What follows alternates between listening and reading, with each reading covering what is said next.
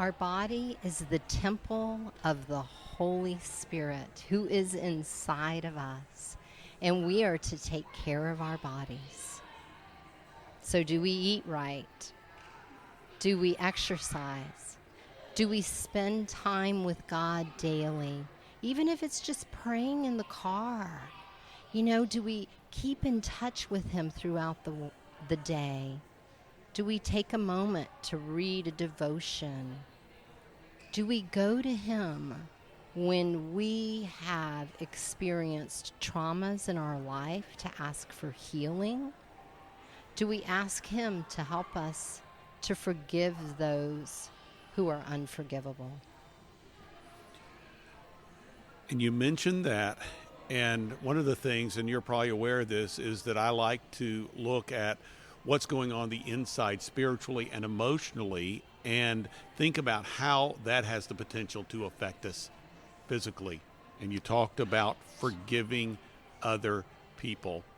Forgiveness, or unforgiveness rather, Bible talks about a root of bitterness, worry, anxiety, thinking the wrong thought. Someone might say, well, that's just what you think. That's just your emotion. Obviously, those are spiritual issues.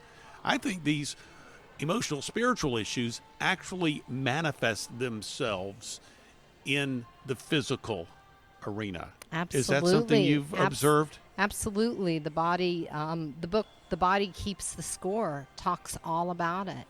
The things that we keep inside, that unforgiveness of those who have harmed us. And, none of us get out of this life without some sort of trauma.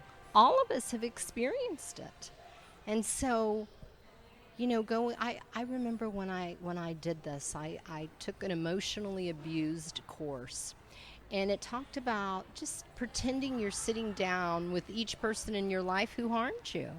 And then you're asking them to forgive you. And oh my gosh, I just cried and bawled. But afterwards, what relief I experienced. And you're right, our physical symptoms can be from the internal things inside. Susan Neal joining us today here on the Meeting House on Faith Radio. It is the Summer 2024 Christian Product Expo in Fort Wayne, Indiana. You've written this book called 12 Ways to Age Gracefully. And you deal with a number of different areas. Share with me how it is that you selected these 12 ways or these different principles that you wanted to cover in this book. Well, many of them were just logical. It's diet, our gut health, because 80% of our immune cells is in our gut. Then we have our brain, because so many of us, we all know someone with dementia. So there is that. We all have hormones, and insulin is a hormone. Thyroid hormones, adrenals. We have a lot of different hormones to deal with. We have spiritual, we have emotional health. The cup can be either half full or half empty with our attitude. Mental health, the mental health is more dominant today. It's not something to be ashamed of whatsoever, and it's something to work on. I've been to counselors. It's very, very helpful to work through issues. We have our mental health. And then another one was on habits. Also, I got into genetics.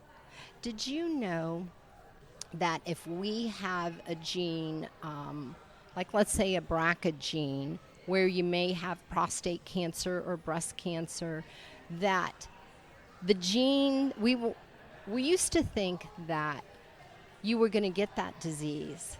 But that is no longer, the science has found out that that's not true. What is true is it can turn on like a light switch or turn off based upon our lifestyle.